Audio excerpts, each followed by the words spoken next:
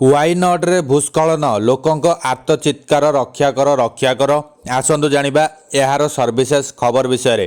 କେରଳର ୱାଇନଡ୍ ଜିଲ୍ଲାର ମେପାଡ଼ି ନିକଟ ପାହାଡ଼ ଅଞ୍ଚଳରେ ଏକ ବଡ଼ ଧରଣର ଭୂସ୍ଖଳନ ଘଟି ଶହ ଶହ ଲୋକ ଫସି ରହିଛନ୍ତି।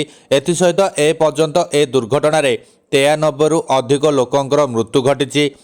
128ରୁ ଅଧିକ ଆହତ ହୋଇଛନ୍ତି। ମୃତକଙ୍କ ସଂଖ୍ୟା ବଢ଼ିବାର ଆଶଙ୍କା ରହିଥିବା କୁହାଯାଉଛି। ମଙ୍ଗଳବାର ସକାଳେ ୱାଇନଡ୍ ଜିଲ୍ଲାର ଉଚ୍ଚତା ବିଶିଷ୍ଟ ଗ୍ରାମରେ ଭୂସ୍ଖଳନ ପରେ ଲୋକମାନେ ଆବର୍ଜନା ଗଦା ମଧ୍ୟରେ ଫସି ରହିଥିବା ଖବର ମିଳିଥିଲା।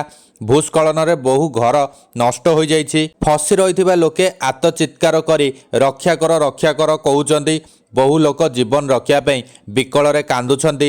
ଲୋକ ନିଜ ଘରେ ଫସି ରହିଛନ୍ତି। ସେଠାକୁ ଉଦ୍ଧାରକାରୀ ଦଳ ଯିବା ପାଇଁ କୌଣସି ଉପାୟ ନାହିଁ। ଯୋଗାଯୋଗ ଅବସ୍ଥା ଖରାପ ରହିଛି। ବ୍ରିଜ୍ ଧୋଇ ହୋଇଯାଇଛି ଏବଂ ରାସ୍ତା ଜଳମଗ୍ନ ହୋଇଯାଇଛି।